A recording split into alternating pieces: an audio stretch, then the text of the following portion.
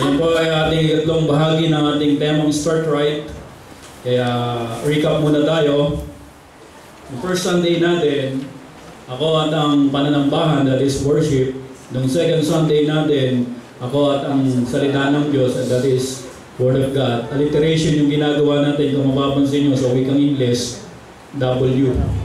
Ngayong umaga, isa na namang dapat magsimula tayo ng tama sa aspeto na ito. At kapag hindi natin ito ginawa, magiging malaking problema sa ating pagiging Kristiyano. Ngayong umaga, ang ating pag-uusapan, ako at ang pagsubok. W pa rin. Windang or not? Can we say windang? Aligaga, ano ba? Taranta, nag-worry, natatakot, restless, etc. Ano ang tamang pagtrato kapag dumanas tayo ng pagsubok? Mawiwindang ka ba? O hindi? Tayo muna tayong lahat, tayo manalangin. Ama namin Diyos, na makapangyarihan sa lahat, kami ay kapasalamat dahil nagbibigay kayo ng pagsubok for a purpose. Hindi nyo ito binibigay para paglaruan lang kami sa oktan, etc. Kung hindi nagbibigay kayo ng pagsubok for a purpose. Kaya ngayong umaga, maintindihan namin kung anong pagsubok, anong tamang pagtrato sa pagsubok. At higit sa lahat, Panginoon, alam nyo, laman ng puso namin. Hindi kami pwedeng maglihim po sa inyo. Kung kayo ay nakakita ng mga bagay na hindi nakakalugod o kasalanan, nandito kami, Panginoon, nagpapalinis ang bawat isa sa amin. At nang sa gayon, ang inyong banal na Espiritu ay saganang makakilos sa bawat isa sa amin sa paikinig ng inyong salita. Pangunahan niyo po kami at kayo lamang bigay namin ng kapurihan. Salamat ngayong umaga. Wala nang iba sa pangalan ng Panginoong Hesus. Amen. Amen. Puna po tayong lahat.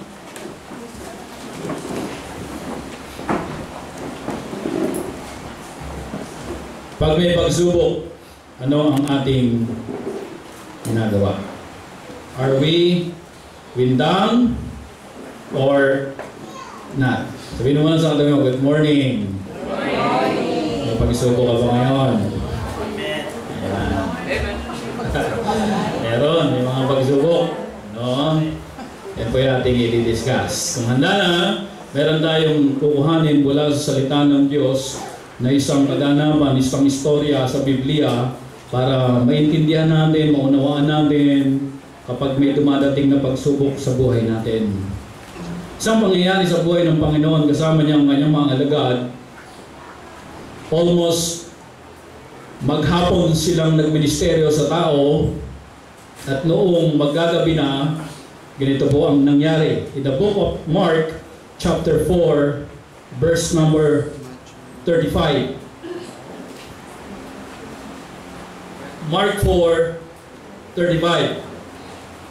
Sabi ng Bible, at the same day, when the even is come, nung paggabi na, he said unto them, sino yung kinausap niya? Sino ang sinabihan niya?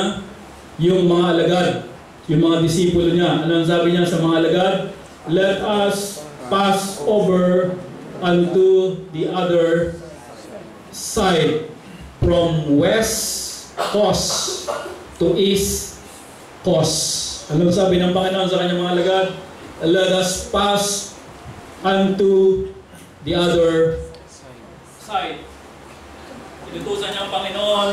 Sabi niya, let us, kayo lahat kasama, tayo lahat, punta tayo doon, tayo sa kabilang side. Punta tayo. Yan mga kapatid, sa pag-aaya ng Panginoon na ito sa kanyang mga disipulo, ang tanong, sumunod kaya ang mga disipulo sa pag-aaya ng Panginoon na samahan siya na pumunta sa kabilang ibayo. Sila po ay tatawid ng dagat at pupunta sila sa ibayo, sa kabilang ibayo. Anong sagot? Sumama kaya sila? O hindi sila nag-atubiling sumama? Ano ang nangyari? Ito po ang sabi ng Bible. And when they sent away the multitude, they took him even as he was in the ship. Ang Panginoon nakasakay na sa bangka. And there were also with him also the other little ship. Sumama po ba? Hindi. Sumama. Okay. Maliwanag, ano? Nakasakay na sa bangka ang Panginoon yung mga alagad, sumakay din sa, take note, little ship, sa maliliit na bangka. Ay, napakagaling naman itong mga alagad na ito. No? Napakadaling hikayatin na sumama. Nung sinabi ng Panginoon, let us, sama kagad sila. Yun ang magandang attitude mga kapatid. Pag sinabi ng Panginoon, gawin mo ito, hindi na nag-aatubili, hindi na nagdadalawang loob, hindi na patumpik-tumpik, o hindi, sama agad. Di ba may mga ganyan? Minsan may mga tao, hindi na iniisip kung sino sinasamahan. Di ba? Dahil maraming tao napapariwara ang buhay, hindi na nga iniisip kung sino sinasamahan. Nakuha niyo po ba yan? Mga kapatid, kung sino ang madalas mong sinasamahan, magiging ganun ka din balang araw. Pag adik sinasamahan mo, isang araw adik ka rin. Tama mo ba yan? Kapag ang sinasamahan mo yung buhok, hindi maintindihan ko ano kulay, kuminsan ube, kuminsan dilaw, isang araw ganyan din buhok mo. Kung sino ang madalas mong sinasamahan, isang araw ganun ka din. Kasi ang pagsama ay influence yan. Bakit ka sumasama? Kung hindi mo gusto yung sasamahan mo, hindi ka sasama at hindi ka magiging ganun. Kaya kung ano ka, kasi yan ang sinamahan mo. Kaya po, alam niyo, paglabas nyo ng bahay, automatic, meron ng influensya sa labas. Kaya nga, as a Christian home, dapat sa loob ng bahay, malakas ang influensya natin sa godliness. Amen, church? Ang kaya lang natin kontrolin, maliit lang, yung sa sarili natin. Pero pag nakontrol natin yung sarili natin, lumalaki yung tinatawag na influence. Alam niyo kung minsan ganito. Kilala niyo si Muhammad Ali? Diba? Sa mga kabilang buhay na si Muhammad Ali. Si Muhammad Ali, yung mga naging anak niya, ano rin? Babae, di ba? May anak siyang babae. Ano rin po? Boksingero. Bakit po? Yun yung influensya na nakikita niya eh. Kung minsan, ang mga bata, kahit hindi mo yung turuang magdasal, kapag lagi ka nakikitang nagdadasal, naman niyo po? Amen. Kapag yung anak niya minsan, nakikita kayo lagi nagsisimba, kahit minsan hindi niyo na utusan magsimba, magsisimba yan eh. Kasi mas malakas ang influensya na nakikita ng tao kaysa yung control lang po natin. Kaya ano sabi? Napakaganda ng attitude, Brother Lester, mahalaga doon. Sinabi, punta tayo doon sa kabila, sama agad sila, di ba? Tatakayin kayo mga kapatid, pag ba ang Diyos ang nag-aya, dadalhin ka kaya niya sa masama? Sigurado kayo, hindi ka dadalhin sa masama pag ang Panginoon ang gaya. Pag nag-aya kaya ang Panginoon, papahama ka? Hindi po. Di ba? Nakuha niyo ba mga kapatid? Amen. Magiging ganun ka kung sino sinasamahan mo. Kaya mag-ingat kung sino ang sinasamahan. Tingnan nyo katabi nyo.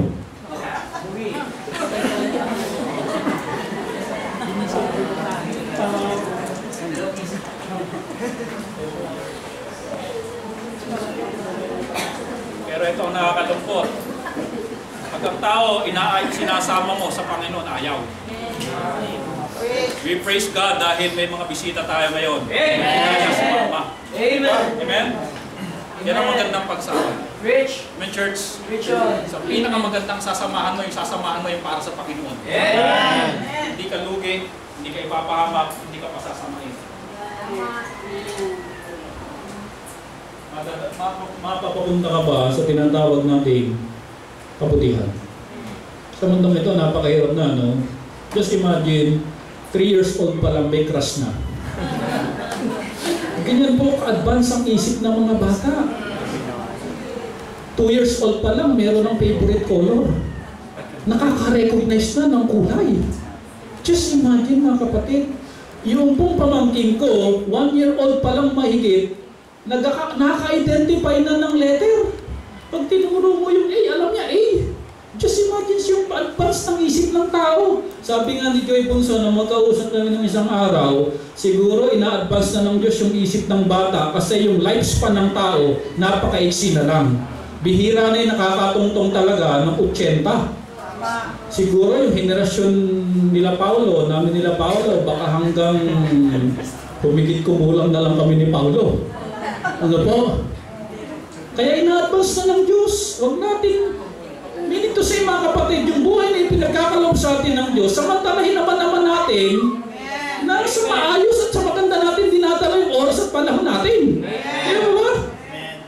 Huwag mag-aksaya ng panahon dahil lahat ng tao pag namatay, haharap lahat sa Diyos. Yan ang konklusyon ng buhay ng tao. Dapat pinag-iisipan niya ng tao.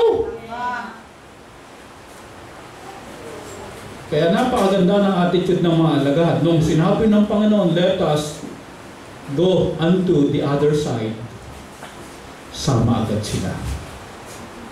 Amen? Amen. Ito mga kapatid, tanungin ko po kayo, anong oras nagtaya ang Panginoon? Maglalakbay sa dagat paggabi. At pag sa dagat paggabi, mukhang delikado. Di ba? Pero sumama, hindi ng dalawang loob. Paggabi, just imagine, maglalayag ka. At yung sinakyan pa nila mga kapatid, hindi po Titanic. Ano po? Little ship. Hindi po yung sasakyan ng mga Miss Universe. Napanood niyo yan, yung kulay puti. Yate. Na-secure ka. Hindi po. Ang sasakyan nila at magkagabi, yate. At ito pa mga kapatid, mga pagod po yung mga tao, maghapong nagministeryo. At ang sabi ng Bible, nung makaalis yung multitude, yung maraming tao, mga kapatid, kapag ba maraming tao sa bahay mo, nakakapahinga ka? Hindi po. Nakakapagod yan. At pag maraming tao, nakaka-stress. Hindi ka tuloy makakain ng marami dahil may tao. Di ba?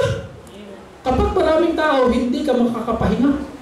Kaya sabi ng Bible, nung makaalis na yung maraming tao, tsaka sila sumakay ng bangka. Amen? Pag ba ang Panginoon nagkaya sa iyo na medyo yung oras alanganin, sama ka pa? Panginoon ha? Siyempre sabihin natin, Panginoon yan, yes! Di ba? Okay. Ano po ang nangyari sa sumunod ng mga talata? Sa pag-aya ng Panginoon, hindi nagatubil sumama ang mga lagad. Verse number 37, ito ang nangyari. And there arose a great storm of wind, and the waves beat into the ship, so that it was now what? Full. Napakalakas na duluyong ng hangin ang tumama sa dagat. At yung, alam nyo, kapag mahangin yung alon, tumataas din. At kapag tumaas yung alon, dahil maliit lang yung sasakyan mo, mapupunta doon yung tubig. At sabi ng Bible, na puno ng tubig yung bangka nila. Kaya alam nyo, yung mga mangingisda, may dalang tabo yan. Kaya, naalis nila yung tubig. At the Bible tells us, marahil mga kapatid, kasi ilan sa mga alagad ng Panginoong Kristo, mangingisda. Mga expert ito.